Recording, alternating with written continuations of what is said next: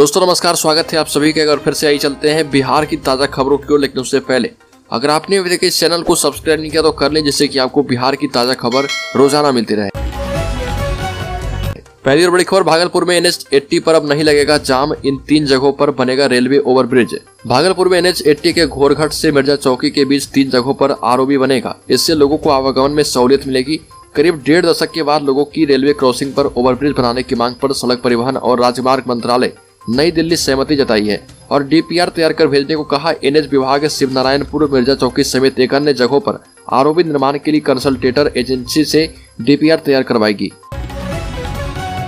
अगली खबर, बिहार सरकार के पास 2 विमान पर पायलट एक भी नहीं। राज्य सरकार के पास अपने 2 विमान और 2 हेलीकॉप्टर हैं, पर उसे उड़ाने के लिए स्थायी पायलट नहीं है। करीब 3 साल से सरकार के सिविल विमानन निदेशालय के वायुयान संगठन के पास अपना एक भी पायलट नहीं है। पायलट के रिक्त पदों को देखते हुए राज्य सरकार संविदा के आधार पर निदेशक संचालक सह मुख्य विमान चालक के पद पर संविदा के आधार पर नियुक्ति करने की तैयारी कर रही है और इसको लेकर कैबिनेट ने स्वीकृति दे दी। इस पद पर नियुक्ति को लेकर जल्द ही विज्ञापन जारी किया जाएगा। अगली खबर, बिहार के 11 जिलों में पानी में आर्सेनिक और फ्लोराइड की शिकायत। बिहार के 12 जिलों में नल जल की वास्तविकता की भी होगी जांच। लोक स्वास्थ्य अभियंत्रण विभाग के मुताबिक नल जल योजना के तहत बिहार के 1,14,651 वार्डों में से 1,13,472 वार्डों में पेयजल की सप्लाई हो रही है। लोगों को सुबह शाम शुद्ध पेयजल मिल रहा। पानी को ट्रीटेड करने की वजह से सभी जिलों में सप्लाई होने वाला पीने का पानी आर्सेनिक, फ्लोराइड और आयरन से मुक्त हो गया है। अब PhD खुद ही वास्तविकता की जांच के लिए 12 जिलों के 36 प्रखंड के 52 पंचायतों में कैंप करेंगे। इस दौरान पानी की शुद्धता, जलापूर्ति की अवधि, शिकायत के बाद होने वाले मरम्मत में लगने वाले समय सीमा की जांच की जाएगी।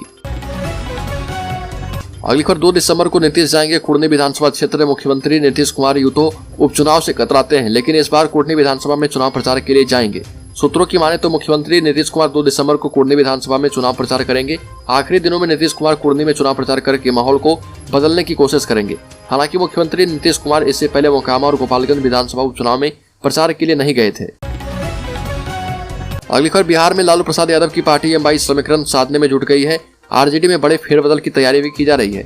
RJD supremo Lalu Prasad Yadav party में बड़ा फेरबदल करने जा रहे हैं। MY यानी मुस्लिम यादव समीकरण को ध्यान में रखते हुए संगठन में बड़े स्तर पर नई नियुक्ति होने वाली है। खबर है कि जगदानंद सिंह की RJD प्रदेश अध्यक्ष पद से छुट्टी होने वाली है और उनकी जगह अब्दुल बारी सिद्दीकी को यह जिम्मेदारी दी जाएगी। इसके साथ ही सामाजिक समीकरण को ध्यान में रखते हुए लालू प्रसाद यादव के खास जो है भोला यादव को RJD का प्रधान महासचिव बनाया जा सकता है। अगली खबर, बिहार में खाद की किल्लत पर केंद्र की नरेंद्र मोदी सरकार और राज्य की नीतीश सरकार के मंत्री आमने सामने आ गए। बिहार के कृषि मंत्री कुमार सर्वजीत ने जहां केंद्र सरकार पर राज्य में खाद का आवंटन न देकर भेदभाव बरतने एवं किसानों और गरीबों के बीच नीतीश सरकार की छवि खराब करने का आरोप लगाया, वहीं केंद्रीय रसायन एवं उर्वरक मंत्री डॉक्टर मनसुख मांडविया ने ट्वीट कर खाद की कमी से जुड़ी खबरों को गलत एवं भ्रामक करार देते हुए कहा कि देश में कहीं भी खाद की किल्लत नहीं है। अगली खबर, देश के सबसे प्रदूषित 10 शहरों में 9 बिहार से शामिल हुआ। बिहार राज्य की हवा जहरीली ना हो, इसके लिए बिहार राज्य प्रदूषण नियंत्रण बोर्ड एकीकृत कार्ययोजना बनाएगा। यानी अब सिर्फ प्रमुख शहरों के लिए नहीं बल्कि पूरे राज्य भर के लिए कार्ययोजना बनेगी। अगले 3 से 4 महीनों में यह तैयार की जाएगी। इसके बाद छोटे शहरों में भी प्रदूषण की रोकथाम के उपाय शुरू किए जाएंगे। बिहार राज्य के 22 ऐसे शहरों में एयर क्वालिटी मॉनिटरिंग स्टेशन लग गए हैं। ऐसे में इन शहरों से भी वायु प्रदूषण के आंकड़े आने लगे हैं। डाटा का विश्लेषण चौंकाने वाली है और पटना, गया और मुजफ्फरपुर से ज्यादा प्रदूषित इन छोटे शहरों की हवा हो चुकी है और बिहार में कटिहार अभी सबसे ज्यादा प्रदूषित शहर में शामिल हो चुका है। अगली खबर, बिहार में ITI की 87,000 सीटें रह गई खाली। रेलवे भर्ती में वैकेंसी खत्म होना बड़ी वजह।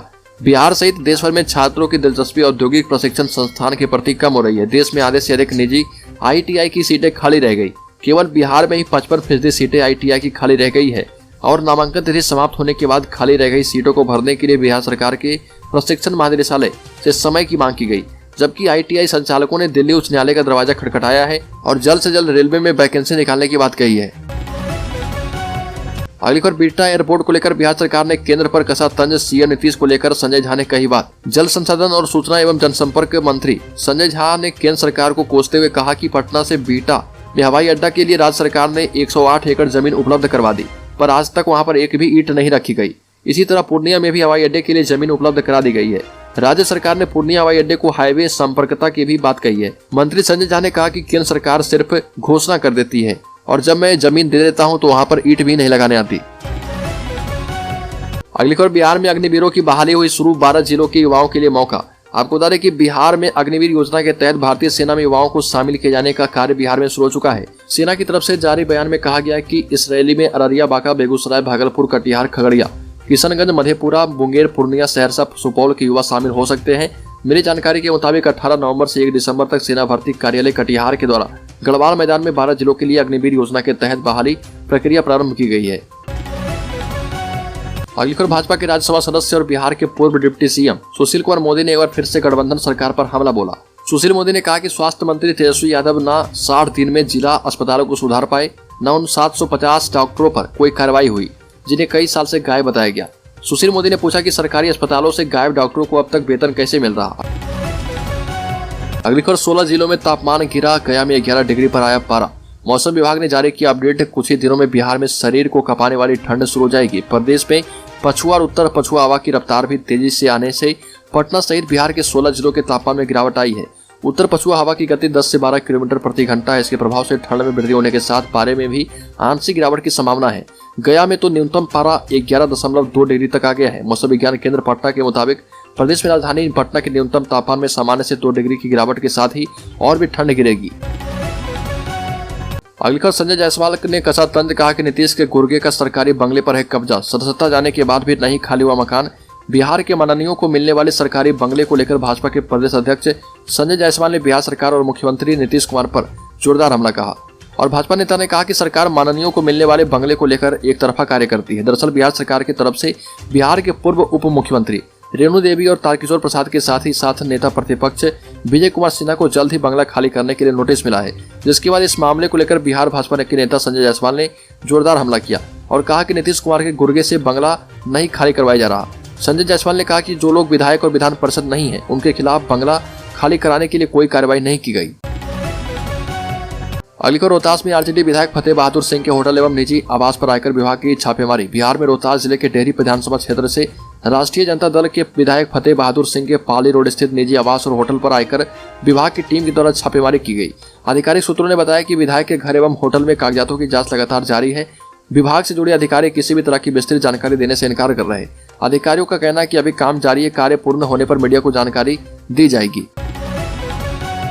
तो दोस्तों, बिहार की ताजा खबरों में अभी के लिए इतना। अगर आपने अभी तक इस चैनल को सब्सक्राइब नहीं किया तो कर लें, जिससे कि आपको बिहार की ताजा खबर रोजाना मिलती रहे।